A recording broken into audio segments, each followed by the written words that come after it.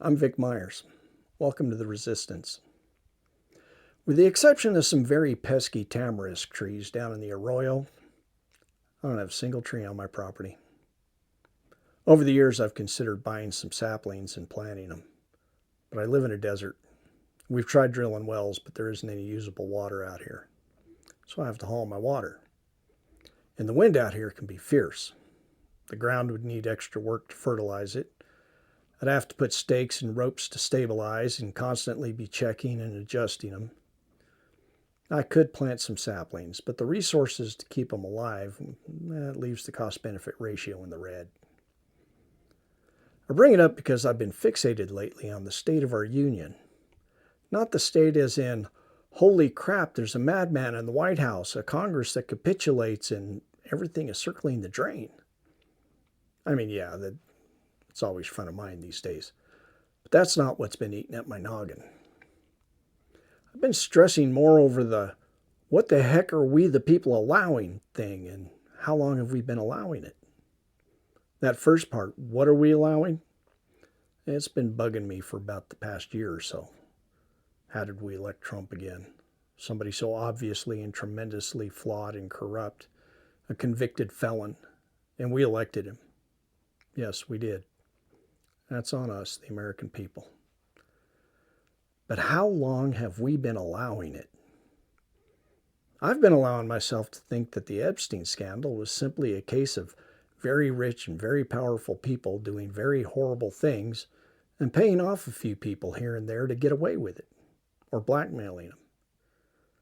But as we learn more and more about the Epstein files, there's something I don't hear anybody talking about that scares the crap out of me.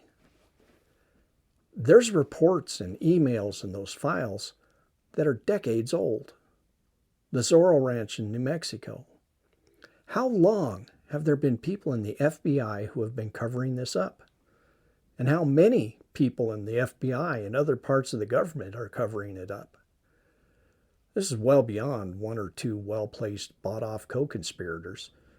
This is some John le Carre, Dan Brown level stuff that we only see in really good movies. The kind of stuff that we tell ourselves can only happen in the movies. Between this and everything else that's going on with ICE, I find myself wondering if we'll survive as a nation. That's what scares me. And that brings me back to those saplings I never planted.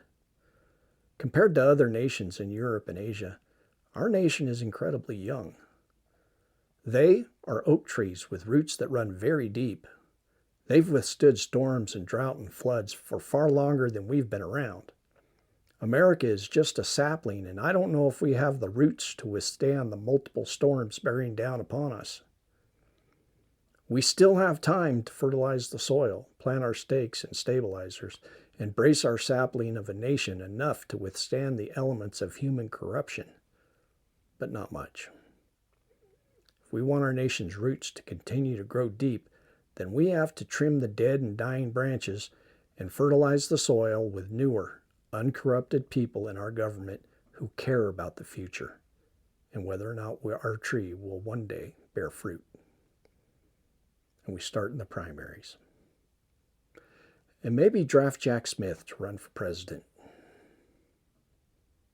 Thanks for listening. Good day.